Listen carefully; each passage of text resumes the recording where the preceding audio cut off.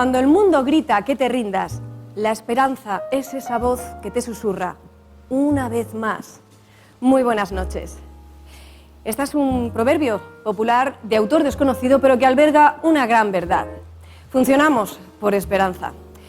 Cada mañana cogemos el coche cuyo mecanismo no conocemos, con la esperanza de que nos lleve a buen puerto, como mínimo a nuestro trabajo y de forma segura. Traemos hijos al mundo con la esperanza de que lo hagan mejor que nosotros, que tengan una vida más agradable. Vamos a visitar a nuestros seres queridos, nuestros familiares, nuestros padres, y nos despedimos de ellos con la esperanza de ese hasta pronto. Y en última instancia, cada noche nos acostamos con la esperanza de que amaneceremos al día siguiente. Tras una pandemia que pone patas arriba todo nuestro sistema económico y sanitario, sobre todo, es que nos llega con terror el inicio de una guerra, y esta vez mucho más cerca de lo que nos imaginamos. En un mundo incierto y desconocido, donde todo se rige por patrones de esperanza, ¿qué ocurre cuando esa esperanza se tambalea, se cuestiona o, en el peor de los casos, incluso se pierde? Hoy en Todo es Posible, si lo crees, intentaremos responder a estas y otras cuestiones con alguien que lleva más de 30 años dando esperanza, aliento, pero sobre todo escuchando, haciendo eso que parece ser tan mal se nos da a la mayoría.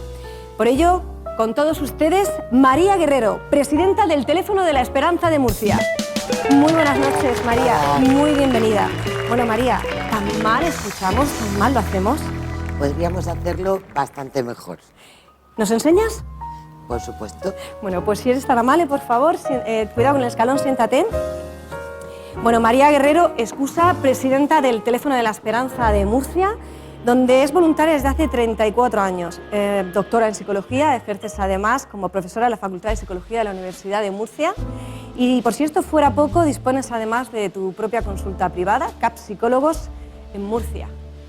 Así es. Bueno, muchísimas gracias por estar con nosotros esta noche, y más viendo breves pinceladas de tu currículum, lo que tiene que ser un día en tu agenda. Lo primero de todo, ¿cómo estás? ¿Cómo te encuentras?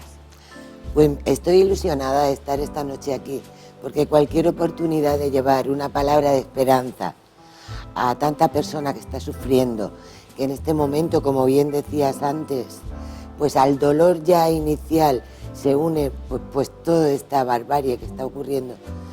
Yo creo que cualquier palabra, cualquier mensaje, cualquier cosa que nos pueda llevar a abrir un poquito la mente a ese camino de poder conectar con nuestra esperanza, pues yo me siento muy feliz de poder colaborar. Qué bueno, muchas gracias. Bueno, 34 años al frente del Teléfono de la Esperanza. Enseguida hablaremos cómo fueron esos inicios, pero por si alguien no conoce muy bien en qué consiste esta organización sin ánimo de lucro, cuéntanos, ¿qué es Teléfono de la Esperanza? Bueno, 34 años como voluntaria. Al frente del Teléfono de la Esperanza, en la presidencia solamente llevo 8. Como voluntaria, 34. Cuando comencé en el Teléfono de la Esperanza hace ya tanto tiempo, después te contaré cómo es un proceso, pero antes te digo, la mayoría de las personas, o muchas personas, piensan que el Teléfono de la Esperanza es un cuartito donde hay un teléfono que suena y una persona que lo coge. Eso es cierto, pero no solamente hay un cuartito, hay más, y no solamente hay un teléfono, sino que también hay una red de profesionales y otro tipo de personas que atienden. Para que lo podamos ver claro, el teléfono tiene un departamento de orientación, que es donde están los orientadores profesionalizados, me gusta llamarlo así, porque han de formarse para poder hacer este tipo de voluntariado, donde cogen el teléfono y atienden las llamadas. Pero luego hay un equipo de profesionales a los que algunas de esas llamadas les son transferidas para que puedan tener una sesión en directo cara a cara. Y además también hay un equipo de dinamizadores para coordinar los grupos, dinamizar los grupos, porque trabajamos mucho con grupos. Digamos que esto sería dentro del área de la intervención en crisis, en esas 3 dimensiones, a través de talleres, a través de entrevistas y a través de teléfono. Pero luego hay un área que es muy importante y que apenas mucha gente no tiene conciencia, que es el área de la promoción de la salud emocional. Y ahí, bueno, pues hacemos conferencias, hacemos salidas a la calle, el Día de la Escucha lo tenemos ahora ya, que es una semana donde, como bien has empezado, enfatizamos esa necesidad de escuchar, que se nos da solo regular, o el Día del Suicidio, que es en septiembre, es decir, es la promoción de la salud emocional, que no es necesario, y ese es el mensaje que yo quiero lanzar en este momento, no es necesario estar mal o llegar a tocar fondo para querer entonces poder salir, que podemos empezar antes, porque en la medida que nos formamos más, que tenemos más conciencia de nosotros, cuando nos llega la crisis de una o de cualquier índole, cuando nos llega estaremos mucho más preparados para hacerle frente. ¿Cómo llega María Guerrero a este teléfono de la esperanza? Porque creo que estabas en primero de carrera, todavía no estabas licenciada. ¿Qué te mueve a decir quiero ser voluntaria? Pues la crisis, como a todo el mundo que busca ayuda en un momento determinado. Es decir, cuando efectivamente yo estaba en primero de carrera, cuando conocí el teléfono, y lo conocí a través de una compañera, y yo tenía un problema con mi marido, claro. El problema más gordo que tenía era mi marido. Y cuando llegué al teléfono de la esperanza descubrí algo que ni siquiera se me había ocurrido pensar. Y es que el problema, uno era mi marido, pero yo tenía 88. Wow. Que son los que a partir de ese momento tuve la oportunidad de comenzar a trabajar. Ese fue el comienzo de mi trabajo personal. El comienzo de descubrir muchas zonas, muchas áreas de mí que ni siquiera sabía que estaban, muchas capacidades que ni se me había ocurrido que pudiera tener. Es decir, cuando abrimos la conciencia a trabajarnos con nosotros, cuando rompemos la barrera del miedo, a ese miedo que surge, yo me lo encuentro muchas veces en consulta, el miedo a decir, y si miro más, ¿me gustará lo que hay? ¿Me gustará lo que veo? Bueno, pues claro, lo que hay siempre es bueno. Y la oportunidad nos la damos cuando nos abrimos a trabajar con nosotros. Qué importante entonces esto que me dices, cuando tomas ese primer contacto, lo primero que te hacen es háztelo mirar. Claro. Y porque no puedes sanar, no puedes ayudar si antes no te has ayudado a ti mismo, ¿verdad? Y de ahí la importancia, como también nos has comentado, de esos cursos. Claro, efectivamente. Para poder avanzar, para poder madurar, para poder crecer, es imprescindible que tengamos primero conciencia y segundo, asumamos la responsabilidad de lo nuestro. Mientras que ponemos la culpa de lo que nos pasa en otras personas, la culpa la tiene mi marido, porque mi hija, porque mi jefe, porque la situación, eso no tiene solución. Al contrario, nos estamos dando cosas contra el aguijón porque estamos intentando cambiar al otro. Y yo hasta hoy en día no he conseguido encontrar una persona que lo haya conseguido, ¿no? Podemos gastar mucho tiempo y mucha energía de nuestra vida y mucho tiempo de ser felices, privándonos de él por querer cambiar al otro, entorpeciendo también las relaciones que tenemos, enturbiándolas. Por eso, y de ahí, cuando un voluntario, cuando alguien quiere ser voluntario del teléfono de la esperanza, pues quizá en otras ONGs le dicen, vente mañana y vas a hacer esto o aquello. Bueno, pues en el teléfono de la esperanza le decimos, empieza a conocerte, haz un curso, no un curso, haz 3 cursos. Es decir, primer curso, desarrollo personal. En ese primer curso el conocimiento va encaminado a abrir el conocimiento de nosotros mismos, a desvelar preguntas, por ejemplo, como ¿por qué soy como soy y no de otra manera? Sí, de alguna manera abrir esa caja, como bien decías al inicio, que a lo mejor encontramos cosas que no son tan agradables. Claro, ¿por qué me comporto como me comporto y no de otra forma? ¿Por qué siempre me pasan las mismas cosas? Yo digo que las personas no solo tropezamos 10 veces en la misma piedra, sino que hasta que no la rompemos no paramos. Me ha recordado mucho una cita cuando estabas hablando acerca de que cambie el otro. Siempre oímos, incluso en alguna ocasión lo hemos dicho nosotros, aquello de es que es muy difícil que yo cambie, yo es que soy así, pero él debería... Claro, los debería. Si yo sería feliz si tú hicieras, no hicieras, dejaras. Eso, visto de esa manera, no tiene solución. Pero vuelvo con el curso. El primer curso responde a estas interrogantes que te estoy diciendo y bueno, está enfocado a descubrirnos a nosotros. El segundo curso, pues continuamos trabajando.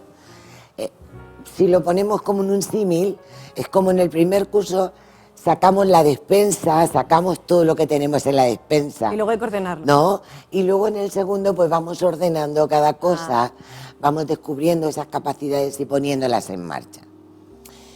Cada curso es de fin de semana intensivo y tiene 10 sesiones de seguimiento. ¿Qué es esto del seguimiento? Pues como es intensivo el curso, es vivencial, pues luego en 10 sesiones de seguimiento lo que vamos a hacer es ir aterrizando pues todo eso que hemos visto de forma intensiva en el curso. Y así ocurre con los dos. Terminan esos 2 cursos y sus seguimientos y comienza un seminario de relación de ayuda.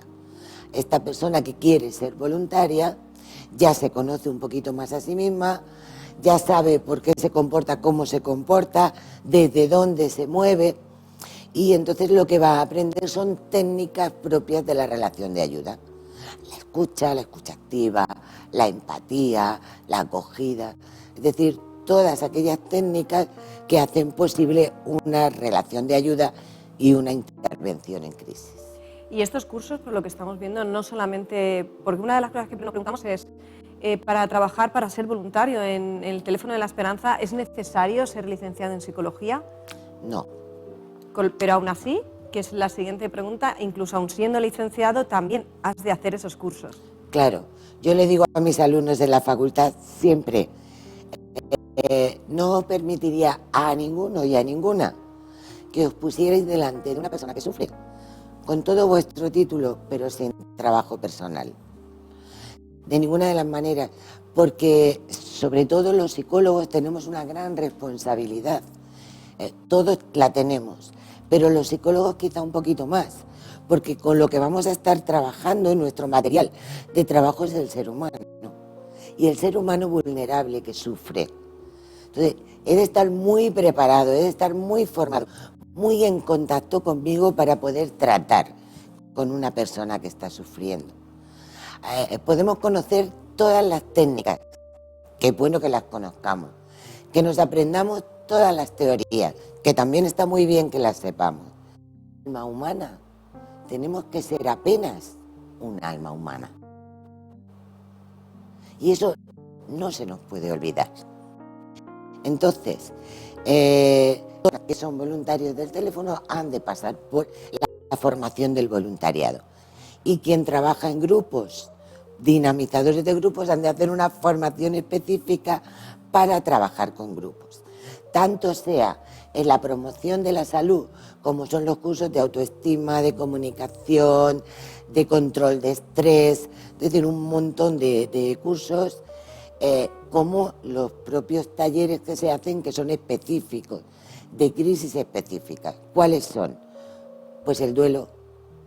Una persona en una situación de duelo, de pérdida, atraviesa por una serie de etapas que es conveniente que haga una adecuada elaboración con el fin de poder superar esa pérdida y salir airoso. Integrar a la persona que se ha ido desde lo vivido más que desde la añoranza de lo perdido, ¿no? Pero luego nos encontramos con otra situación muy similar, que es el shock sentimental, la separación afectiva. Hay una pérdida también, pero es una pérdida muy diferente. Probablemente la persona no ha muerto, está viva, claro, pero no quiere estar conmigo.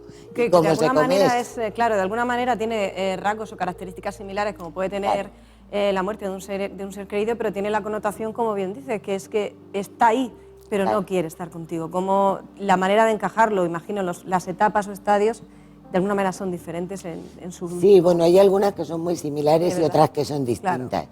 Porque cuando hay una ruptura de pareja, no solo pierdo a la persona con la que a lo mejor quiero seguir estando, sino que es que pierdo una proyección de vida, pierdo todo lo que yo había programado, planteado y proyectado con esa persona, donde yo he invertido mucho de mí, ¿no? Entonces, bueno, pues todo esto hay que reestructurarlo de alguna forma para poder empezar de nuevo. Vemos algo muy importante en lo que nos estás contando esta noche, María, y es que no solamente basta una gran dosis de buena fe y de querer hacer bien las cosas para ser voluntario en el teléfono de la esperanza, sino que hay una formación detrás, que es cierto que no tienes por qué ser psicólogo, no tienes que ser una persona licenciada, pero hay una formación muy importante y muy nutrida, ¿no? Sin embargo, ¿podrías decir un perfil, qué características tiene la persona que desea formar parte de este gran equipo? Sí. La persona que quiere ser voluntaria conjuga 3 ingredientes que son fundamentales.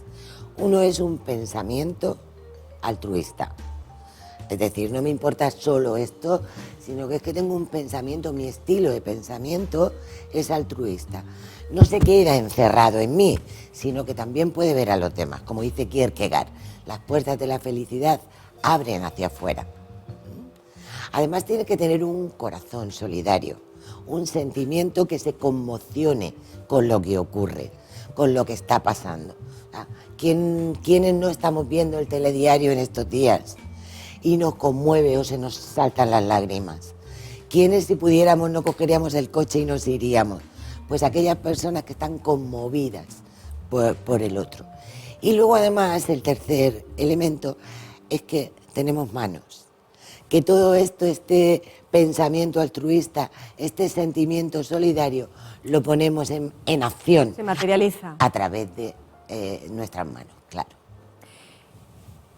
¿Cuál dirías? Me había quedado antes con los talleres de crisis y me parece que también es importante. Varios. Sí, por supuesto. Sí, porque he dicho el duelo y he dicho también el shock sentimental. Pero luego está otro taller de crisis específica, que es aprender a vivir con la enfermedad. De pronto te dicen, tienes cáncer, ¿cómo se come esto? Porque mueve todos los palos del sombraje, ¿no? Entonces, en este taller lo que se hace es la elaboración para poder integrar de una manera adecuada pues esa noticia y aprender a convivir, a aprender a coger, para sacar lo mejor de nosotros, aún en esa situación. Y el cuarto taller, cuidando al cuidador. ¿Quién no se quema en una situación de cuidar a una persona que tiene dificultad? Lo hemos visto en los enfermos dependientes, ¿no? Hemos visto muy a menudo que los cuidadores, cuando esa persona finalmente fallece, sienten un vacío y una sensación de ¿y ahora qué? Porque toda mi vida giraba en torno a las necesidades de tal persona, ¿verdad? Exactamente. Entonces, ¿cómo poder hacer eso? ¿Cómo poder cuidar de forma amorosa a esa persona que quieres y que en este momento está limitada sin perdernos de nosotros mismos? Bueno, pues todo esto se aprende y se canaliza a través del taller Cuidando al Cuidador. Y estas son todas las áreas que de alguna manera se resumen, ¿no? en esos cursos que estamos hablando. Esto es otra cosa, estos son talleres de crisis específicas. Específicos de los cursos que te estaba hablando antes, son los cursos que integran la formación del voluntariado. O sea, el teléfono tiene cuatro áreas de intervención. Uno es el departamento de orientación por teléfono, otro es el departamento de profesionales, otro es la promoción de la salud emocional, los talleres de crisis específicas. Cada uno va encaminado a un objetivo diferente. Nos queda claro. María, si dijeras una labor fundamental, una sola, dentro de lo que es el teléfono de la esperanza, haces mucho hincapié en la palabra escuchar. ¿Esa sería, podríamos decir, la labor fundamental del teléfono? Escuchar, acoger, comprender. Pero escuchar es que abarca tanto. Yo digo que vivimos en la sociedad del ruido, una sociedad en la que hay tanto ruido que nos oímos, pero no nos escuchamos. Oír no es escuchar. Cuando oímos ruidos, pero cuando escuchamos, y escuchamos de verdad, ha de ser una escucha que envuelve al otro, una escucha que respeta al otro, en la que no hay juicios, en la que no hay críticas, en la que no te digo lo que debes hacer o no deberías de haber hecho, en la que no, todo eso son obstáculos a la comunicación y obstáculos entre la escucha que hace que las personas nos sintamos muy solas a menudo. O sea, compartimos con una amiga, un familiar, alguien, algo que nos está angustiando en un momento determinado, y es muy fácil encontrar ese tipo de respuestas. ¿Cómo se te ha ocurrido? Lo que deberías de haberle dicho, sí. Lo que tendrías que haber hecho. No, es que yo no soy tú, mis recetas no valen para ti. Entonces, realmente, cuando una persona llama al teléfono de la esperanza, lo que recibe es, al otro lado del teléfono, una escucha de calidad. ¿Y qué consigue una buena escucha de calidad? Yo parto de una base, de que cada uno de nosotros sabemos exactamente lo que nos va bien, lo que no, y cuál es la solución para nuestras cosas. Otra cosa es que nos atrevamos o no a hacerlo.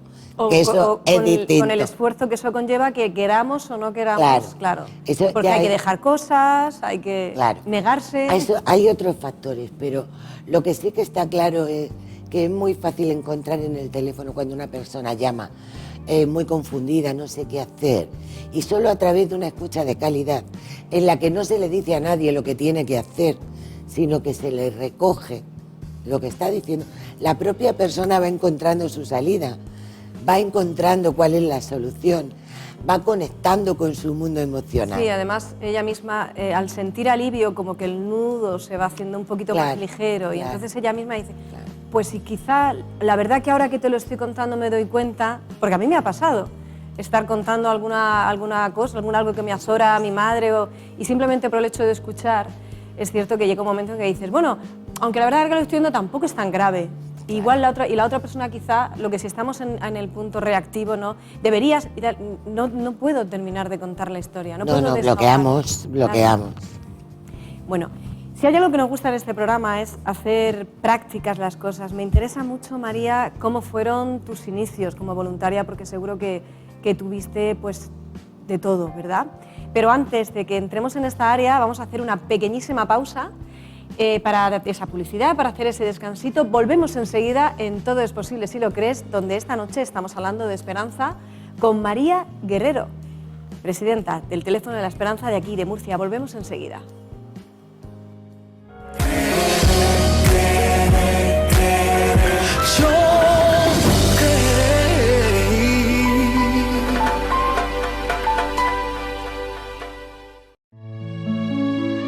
Volvemos en 3 minutos.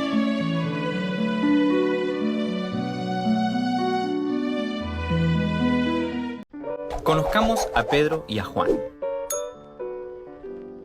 A Pedro le gusta tener amigos y amar a las personas.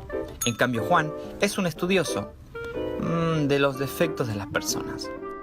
A este tipo de personas los conocemos como criticones.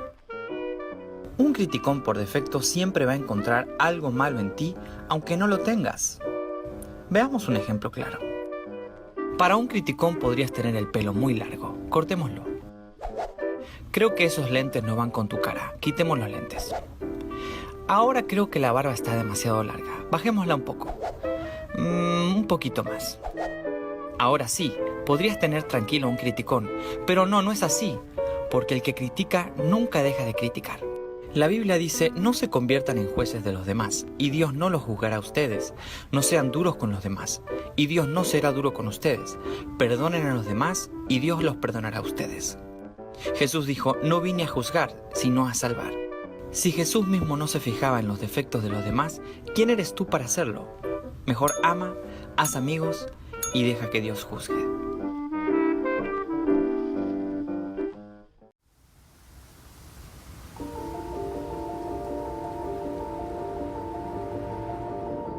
Si vas a intentarlo, ve hasta el final. De otra manera, ni siquiera comiences. Eso podría significar el perder trabajos, amigos, parientes e incluso tu vida. Podría significar no comer por 3 o 4 días. O congelarte en un parque. Podría significar la cárcel. Podría significar burla o el aislamiento. El aislamiento es el regalo. Todo lo demás es una prueba de tu resistencia de cuánto quieres hacerlo realmente. Y lo harás, a pesar del rechazo y los peores obstáculos. Y será mejor que cualquier cosa que puedas imaginar. Si vas a intentarlo, ve hasta el final. No existe nada como eso. Estarás a solas con Dios y las noches arderán con fuego. Conducirás tu vida directamente hacia la única verdad. Es la única buena batalla que existe.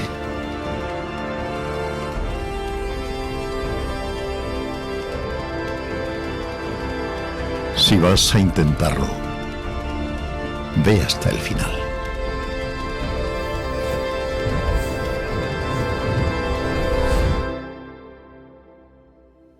Altar 724. Hazlo.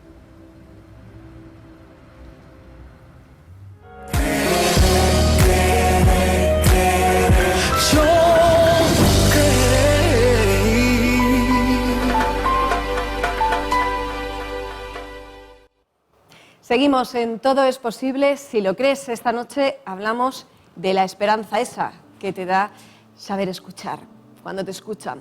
Y esta noche contamos con María Guerrero, la presidenta del Teléfono de la Esperanza de aquí de Murcia. Nos quedamos hablando de lo que significa el Teléfono de la Esperanza. Hemos podido de alguna manera hacer un croquis de cómo funciona, de cómo fueron sus orígenes, qué es lo que podemos encontrar ahí, sobre todo la importante e interesante información que tienen todos los que allí colaboran, que no hace falta que ser psicólogo, cualquier persona con ciertas capacidades de empatía y, como decíamos, ser altruista, entre otros aspectos, puede formar parte, ¿verdad, María? Claro que sí.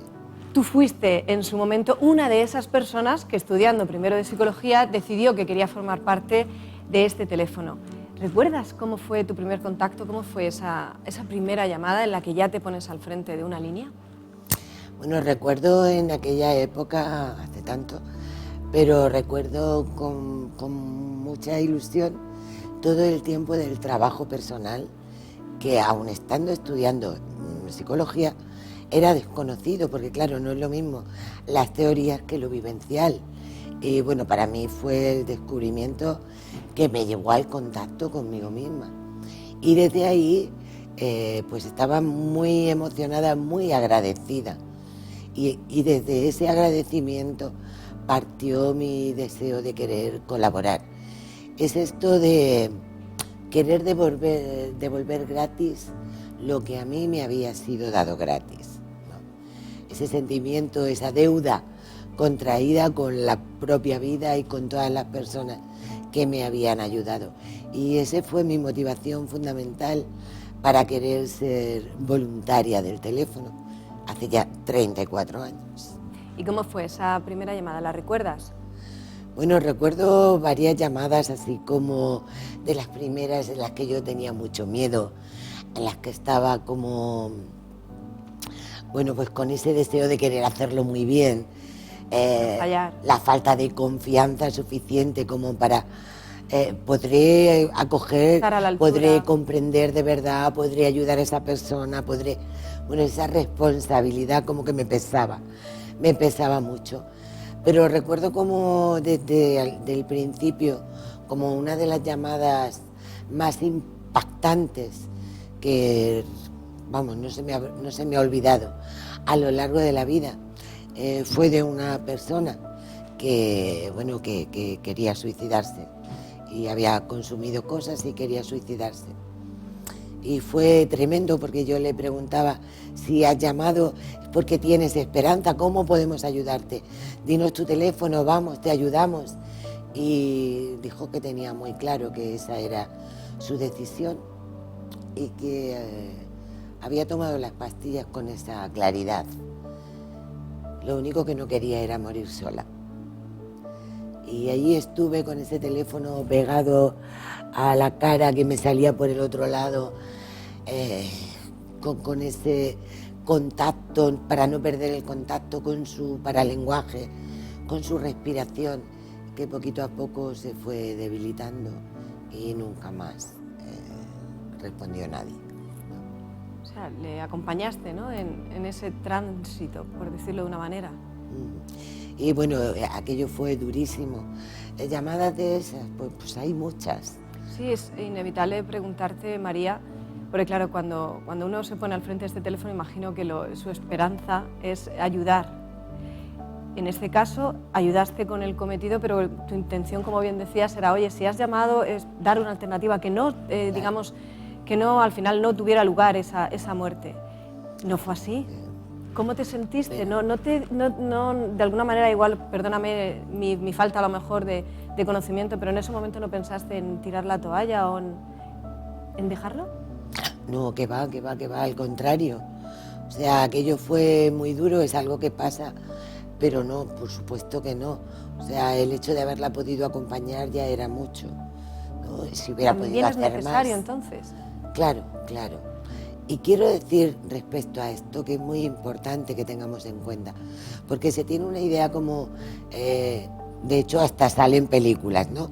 Cuando ven a alguien muy mal, llama al teléfono de la esperanza. No es necesario estar muy mal. No todas las personas que llaman al teléfono es que están en una situación como esta, ¿no? A lo largo de la vida todos atravesamos por situaciones complicadas o menos complicadas, pero que nosotros nos liamos, que no nos aclaramos, que estamos confundidos.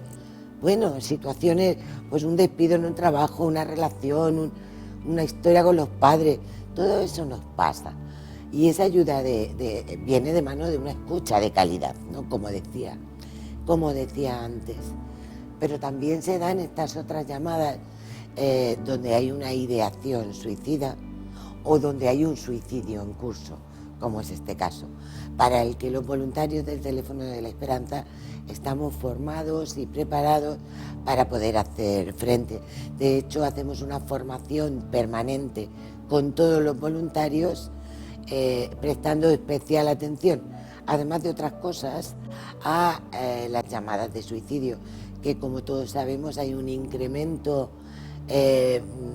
pues muy lamentable en los últimos tiempos, sobre todo también en los jóvenes, ¿no? Y es algo pues que estamos muy movilizados para poder, por un lado, promover esa resiliencia y esa capacidad de afrontamiento de los jóvenes, y lo hacemos a través pues de cursos con profesores, les damos cursos a profesores en la Universidad de Educación, en colegios, para ayudar a esos niños a que vayan creciendo con resiliencia, aprendiendo a resolver los conflictos y salir fortalecidos de ellos, porque se puede hacer. Hablaremos de todo ello porque, sin lugar a dudas, esas herramientas que necesitan para, como bien dices, ya al inicio de este programa, Todo es posible si lo crees, con un colega que ambas conocemos y que queremos, que es a Javier Corbalán, compañero, si no me equivoco. Mi querido Javier. Fíjate, acabamos de salir, básicamente, hacía poquito que estábamos saliendo ya y empezando esta nueva normalidad, y ya aventuraba él que uno de los problemas más grandes que tendríamos serían precisamente con los adolescentes, porque las personas mayores de alguna forma lo han podido llevar, los niños prácticamente tienen otro, pero los adolescentes, los que recién empiezan su vida y que todo le parece tan grande o tan inmenso, el ahora es tan importante, quizás sería donde tendríamos unas consecuencias más graves, y precisamente ahora es cuando tú estás apuntando que efectivamente no se equivocaban en absoluto en vaticinar esto. Que va. Javier Corbalán es un mago, sabe perfectamente, claro que sí. Y bueno, no solamente es a partir de la pandemia, sino de la propia desestructuración de las familias, de la carencia de valores en muchos casos también. Claro. Todo esto de la falta de límites que nos llevan a un libertinaje más que a ejercer una libertad con responsabilidad. Todo este batiburrillo un poco que está ocurriendo a nivel social y que va increciendo en los últimos años nos lleva precisamente ahí, ¿no? A esta vivencia de no sé a qué me acojo, no sé qué está bien, no sé qué está mal, y todo vale, ¿no? Y ese todo vale tiene consecuencias muy negativas. Apelando a la mención que has hecho temporal, ¿cuál dirías que es la necesidad, la mayor necesidad que percibís ahora en los tiempos que estamos viviendo? Y se ha cambiado mucho con respecto a este bagaje de 30 años. ¿Han cambiado las necesidades? Pues no, no demasiado, no demasiado. Si nos hablamos de los jóvenes, en el Teléfono de la Esperanza tenemos un taller para jóvenes de 14 a 18 años, precisamente para poder abordar todos estos temas, que se conozcan a sí mismos y a la misma vez también que que les ayude a sentar unos pilares bases en la vida. Las necesidades, sí que con la pandemia hemos tenido muchísimas llamadas, sobre todo de soledad. O sea, hay muchas personas, en especial las personas mayores, que han vivido la pandemia con mucha desorientación y la soledad les ha pasado factura. Entonces la soledad, el aislamiento ha llevado a muchas personas a tener crisis de ansiedad que han crecido muchísimo, sobre todo a partir de ahí, depresiones. Claro, esto cuando una persona no tenía una patología previa, pero cuando hay personas que ya tenían alguna cosita de esta, o tendencia a la ansiedad o a la depresión o a otras cosas previamente, se ha incrementado también con el desconcierto que ha producido todo este tiempo de confinamiento, miedo, muerte. Es como estar esperando que venga una hecatombe. Has puesto sobre la mesa, hemos puesto el tema del suicidio. No en vano ya se considera una pandemia silenciosa y es ya la principal causa de muerte no natural en España. Como bien nos indicabas, María, va en aumento y en los últimos tiempos estamos viendo un incremento aterrador, ¿verdad? En el propio Teléfono de la Esperanza hay una línea característica, si no me equivoco, teléfono de atención en crisis, lo estarán viendo ustedes en breve en rótulo, que si no me equivoco es 717-003-717. Exactamente.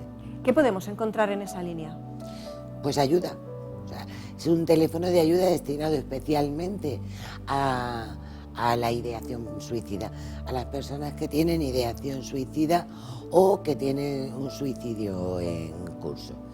En Murcia y en otras ciudades del teléfono, porque el teléfono está compuesto por 34 en distintas ciudades, sí, en 34 teléfonos.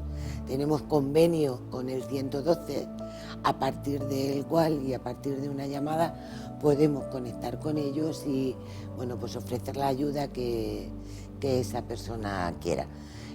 Si bien en un primer momento, esto hace años, no lo podíamos hacer porque el teléfono tiene como principio fundamental, es anónimo, gratuito, con lo cual no podíamos desvelar ni teníamos tampoco el teléfono de una persona, a no ser que nos lo quisiera dar, pues no teníamos medio de saber.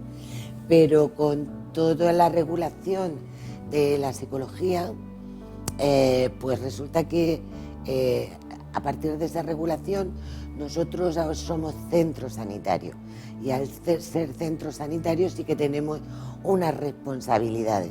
De hecho, incurriríamos en un delito por omisión de ayuda a una el delito persona, de omisión de socorro, en el caso de que no lo hiciéramos. Y esto nos capacita pues para poder acudir en esa ayuda, siempre también en contacto con el 112 para poder socorrer pues a esa persona que lo necesita. ¿Existe alguna fórmula a nivel práctico para todos los que nos están viendo esta noche? ¿Hay alguna forma, María, de detectar que uno de nuestros allegados, que algún familiar, que algún amigo está teniendo o está transitando por esas ideas de suicidio? ¿Hay alguna clave o algo que pueda ponernos en alerta? Sí, claro, hay claves, lo que pasa es que es muy complicado, ¿eh? Es muy complicado porque, de hecho, el duelo por suicidio, cuando se está viviendo la pérdida de una persona que se ha suicidado, el duelo se complica mucho más, precisamente por esto que dice, ¿no? Si yo me hubiera dado cuenta, si yo hubiera hecho, ¿por qué no vi, por qué no hice? Pero esto a toro pasado es muy fácil. Ese sentimiento de culpa que luego cuesta tanto trabajo resolver, porque además se une a un montón de porqués para los que nunca vamos a encontrar respuesta, pues a toro pasado es muy fácil. O sea, cuando de pronto una madre te dice, oye hija, mira en este cajón, aquí están los seguros de la casa, está la cartilla del banco, está no sé cuántos y está no sé qué, la hija normalmente o el hijo o quien sea dice, pues mamá, pues vale, pues ya está, ¿y a mí qué me dices? Eso como lo llevas mucho tú. piensas que ya está con sus pensamientos de que se va a morir, Claro, pero no que lo va a hacer. claro, y de Claro. pronto pues comete un acto suicida y ¿cómo no me di yo cuenta Cuenta. cuando me dijo esto que fue un aviso? Bueno, pues de eso nos vamos a encontrar siempre. Hay personas que si el acto suicida va precedido de un estadio de depresión, por ejemplo, pues sí que se puede detectar como una fase de mejoría muy rápida, o sea, ayer muy mal y hoy muy bien, y como un estado de calma, que de pronto dice, uy, esto como que no me cuadra. Eso debe de alguna manera preocuparnos. Eso nos tiene que poner un poquito alerta. Entiendo. O si es una persona que de pronto empieza a encerrarse, que no quiere, rompe las relaciones con los demás, por lo menos no coge el teléfono, o no queda con Ese amigos, aislamiento. o no sale, se va aislando. Bueno, atención que algo está pasando. En jóvenes, por ejemplo, una señal pues puede ser que de pronto le regala las zapatillas Nike que tanto había deseado tener y se las regala a su amigo, o la Nintendo a no sé quién, o la... Claro, porque es que con los jóvenes me pregunto, tiene que ser más complejo porque una de las frases célebres de cualquier adolescente es déjame en paz, me voy a mi habitación. Claro. Entonces, claro, todos esos ítems que nos estabas contando con un adolescente cuya tendencia es aislarse, no querer hablar con los padres, ¿cómo lo detectas? Pues precisamente cuando se desprende de cosas que de forma ejemplo. cotidiana y común no habría hecho jamás. Por ejemplo, cuando no habla, cuando se aísla, ya no tiene ganas de salir, con el colegio, en el instituto donde está, se calla. Esto lo hemos estado viendo últimamente con los casos de bullying que hemos tenido, ¿no? Que desde aquí yo aprovecho para decir que cualquier persona, cualquier niño, cualquier niña, cualquier joven que se encuentre en una situación en la que se sienta amenazado o acosado, por favor que no se calle, que lo diga, porque eso se puede resolver, y cuando no lo decimos, pues va haciéndose muy grande dentro de nosotros, hasta el punto de que la única salida que se puede encontrar es acabar con todo, ¿no? Porque en realidad una persona que está pensando o que está teniendo el suicidio tiene 3 fases.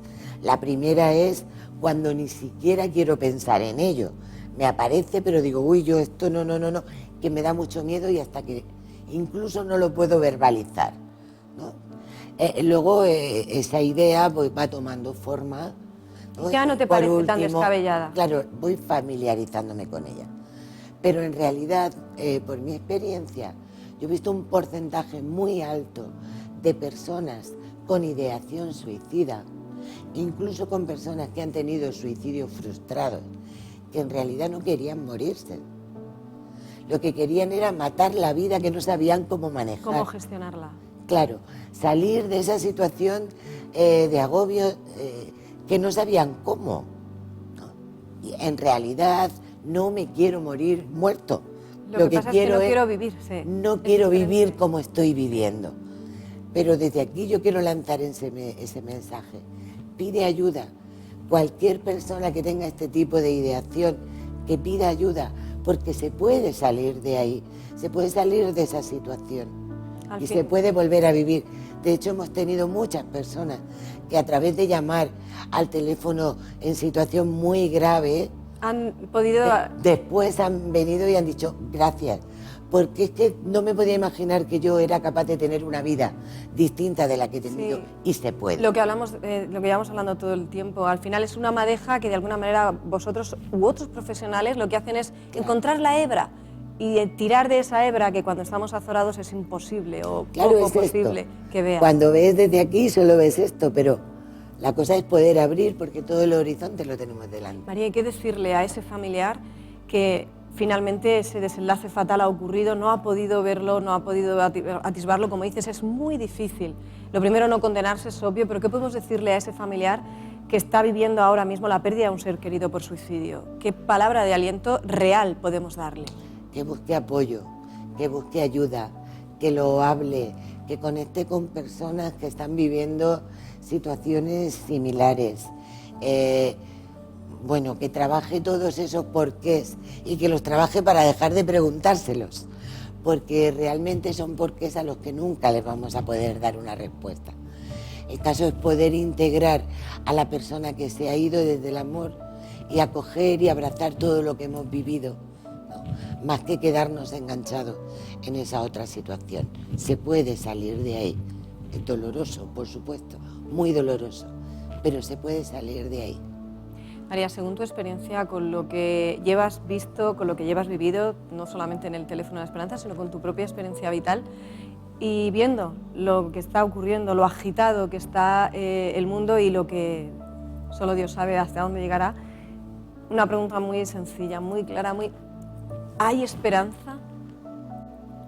La esperanza es personal e intransferible, no, y transferible. Es decir, es algo que hemos de generar nosotros. En función de nuestro propio estilo cognitivo, de nuestra propia manera de ver el mundo, pues vamos a ser capaces de generar más esperanza o de generar menos. Una persona negativa, catastrofista, con que todo va a salir mal, es difícil que pueda tener esperanza porque todo lo que anticipa es negativo. Quien tenga otro tipo de tendencias, pues le va a ser mucho más fácil. Pero si hablamos en términos generales, yo no quiero dejar de pensar y de sentir sobre todo que siempre existe la esperanza. Mientras que estemos los seres humanos, que seamos capaces de abrazarnos los unos a otros, ¿cómo no va a existir esperanza? Estamos viendo por un lado la barbarie, la guerra de Ucrania, y por otro lado estamos viendo convoyes de personas que se van a la frontera a ayudar, que están abriendo sus casas, que están llevando ropa, que estamos haciendo cada uno desde donde estamos lo que podemos. Yo no puedo pensar que pueda morir la esperanza viendo esto. Así es. María, has contado a lo largo de esta noche todo lo que haces, todo lo que hacéis, todo lo que dais desde el teléfono de la esperanza, pero ¿qué te ha dado a ti el teléfono de la esperanza? ¿Por qué no cambiarías la decisión que tomaste hace 34 años? Ni la cambiaría ni la voy a cambiar. O sea, que son dos cosas. Exactamente. Es decir, mientras yo siga sintiéndome útil, sintiendo que tengo algo que puedo aportar a otra persona, me siento comprometida con la vida. Es decir, a mí la vida se me ha dado gratis. Yo no pedí, ni tú, ni nadie, tener capacidades, No, nacimos con todo esto. La responsabilidad nuestra es de ponerlo en funcionamiento, ¿no? Y en realidad algo que me ha sido dado gratis, yo quiero devolver a la vida con lo que he recibido. Mientras que haya personas que necesiten y yo me sienta en disposición de dar mi granito de arena, ahí estaré, porque hay muchos granitos de arena y muchos granitos hacen una gran playa, ¿no? Así es. No quiero terminar el programa sin preguntarte algo con lo que hemos empezado. Antes has dicho, además has utilizado una cita que me gusta mucho, y que el cambio es la única puerta que se abre desde dentro, ¿verdad? La felicidad. Bueno, pues lo dice Kierkegaard, la felicidad. Las puertas de la felicidad abren hacia afuera. Vale, pues el cambio, pues entonces será similar. Las puertas del cambio son las únicas que van de dentro hacia afuera. Nunca puedes cambiar lo que hay fuera, pero sí puedes cambiar lo que está dentro de ti. Exactamente. Entonces, yo te quiero hacer una pregunta muy práctica. ¿Cómo puedo yo aportar algo mejor a este mundo? Vamos a empezar por mí y el resto ya, si quieres seguir, que siga. ¿Qué puedo hacer yo? ¿Cómo puedo mejorar este mundo? Pues puedes mejorar el mundo teniendo conciencia de ti, tomando una decisión y poniéndote manos a la obra. Hablábamos antes de 3 rasgos, ¿no? Ese pensamiento que si quieres cambiar el mundo quiere decir que lo tienes, ese sentimiento que si me lo estás preguntando es porque te moviliza y ahora te faltan las manos. Y ahí es donde has de aprender por las herramientas, a partir del conocimiento de ti misma, de la responsabilidad de ti misma, para que sirvan de vehículo para ayudar a otras personas. Así que lo tienes todo. María, muchísimas gracias por estar con nosotros esta noche, por compartir tanto con nosotros y lo último que me gustaría que nos dijeras es, pues eso, ¿qué nos dirías en general para la sociedad? ¿Qué esperanza? ¿Qué motivación? Pues después de todo lo que he dicho, creo que nada más que cabe una palabra, ¿no? Y es el amor que se opone a la guerra y que es en definitiva lo que nos da la esperanza. Y bueno, pues desde ahí yo pienso que solo lo que sale del corazón llega al corazón. Y en la medida que seamos más auténticos, más de verdad, más generosos, más entregados, pues estamos contribuyendo a un mundo mejor. Enhorabuena por la gran labor que hacéis y muchísimas gracias por todo lo que nos has enseñado esta noche y que esperamos poner en práctica desde ya. A ver si que es verdad. Muchas gracias. Señores, hemos visto, como bien decimos, mucho hoy. Sobre todo me vienen a la mente ansiedad y depresión. Dicen que ansiedad, ambas son las plagas de la sociedad actual. La ansiedad dicen que es exceso de futuro, mientras que la depresión, exceso de pasado. No en vano, Jesús fue crucificado entre dos ladrones. Los dos todos conocemos esta historia. Uno le habló acerca de los hechos milagrosos que había hecho en el pasado, mientras que otro le habló del futuro, que se acordara de él en el futuro. Jesús fue contundente y respondió: de cierto te digo que hoy estarás conmigo en el paraíso. Seamos como Jesús y no permitamos que ninguno de estos dos ladrones nos distraiga. Recuerda, un día, solo un día a la vez. Y si tienes dudas, ya sabes, todo es posible si lo crees. Hasta la semana que viene.